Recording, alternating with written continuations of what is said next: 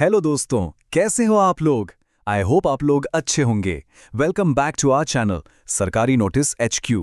आज हम बात करेंगे एक बहुत बहुत बड़ी अपॉर्चुनिटी की। जी हाँ, बिजली विभाग भर्ती 2026 की पूरी जानकारी लेकर आए हैं। अगर आपका भी सपना एक पक्की सरकारी नौकरी का है तो ये जानकारी सिर्फ और सिर्फ आपके लिए है।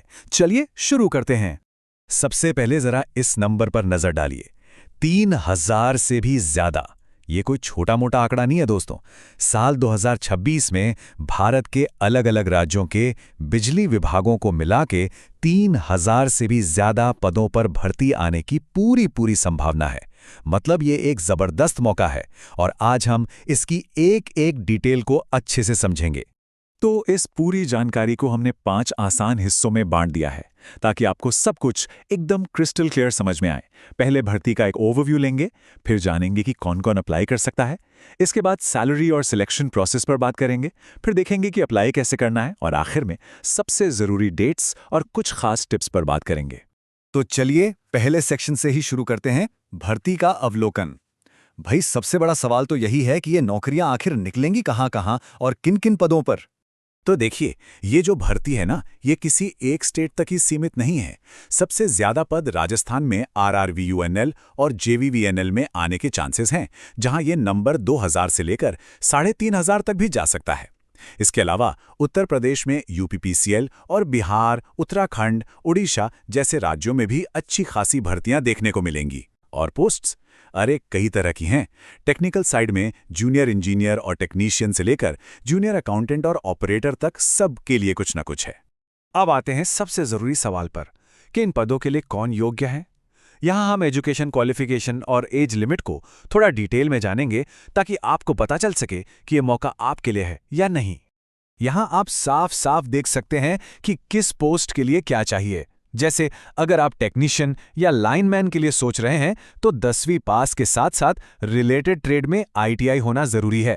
जूनियर इंजीनियर के लिए इंजीनियरिंग में डिप्लोमा या BTech की डिग्री चाहिए होगी। वहीं अकाउंटेंट पोस्ट के लिए कॉमर्स में ग्रेजुएशन और असिस्टेंट जैसी पोस्ट्स के लिए 12वीं या किसी भी स्ट्रीम में ग्रेजुएशन मांगा जा सकता है। और जानते हैं इस भर्ती की सबसे अच्छी बात क्या है? यही कि इसमें लगभग हर लेवल के कैंडिडेट के लिए मौके हैं। चाहे आपने सिर्फ 10वीं की हो, 12वीं की हो, ITI या डिप्लोमा किया हो या फिर आप ग्रेजुएट हो, बिजली विभाग में आपके लिए कोई ना कोई पद जरूर होगा।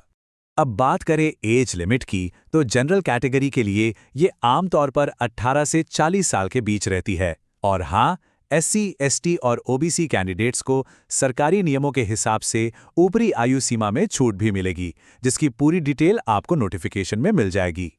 ठीक है, तो क्वालिफिकेशन की बात तो हो गई।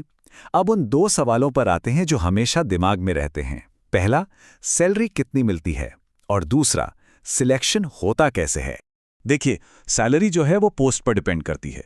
जो एंट्री लेवल पद हैं उन पर सैलरी करीब 18,000 रुपये प्रति महीने से शुरू हो सकती है, जबकि जो हायर पोस्ट्स हैं जैसे जूनियर इंजीनियर, उन पर यह 80,000 रुपये प्रति महीने या उससे भी ज़्यादा जा सकती है। एक सिक्योर करियर के लिए ये काफ़ी अच्छा पे स्केल है। सिलेक्शन प्रोसेस में मोटे तौर पे ये 4 स्टेप्स होते हैं।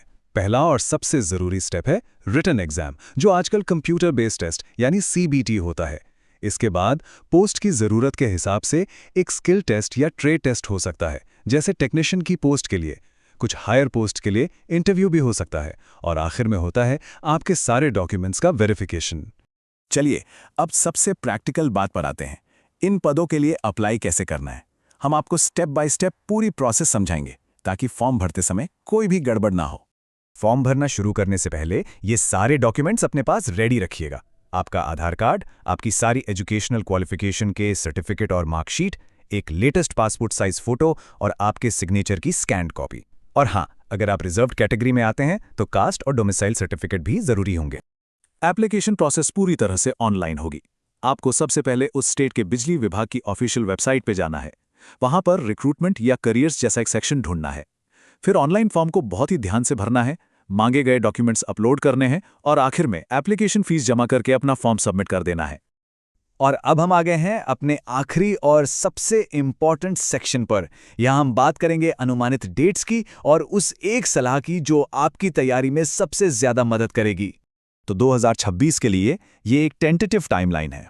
उम्मीद है कि एप्लीकेशन प्रोसेस फरवरी से अप्रैल के बीच शुरू हो सकती है और फॉर्म भरने की लास्ट डेट मार्च से मई के बीच होगी।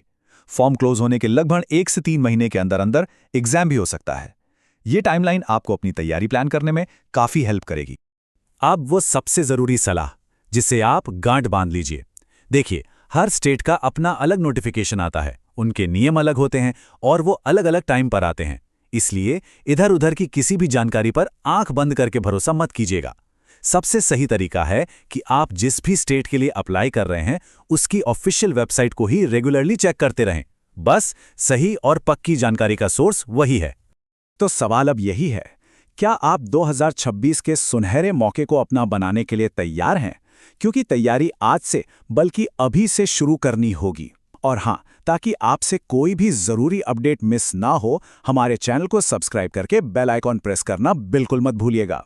हम आप तक हर ज़रूरी जानकारी पहुंचाते रहेंगे। अगली बार तक अपनी तैयारी को और मजबूत करते रहिए।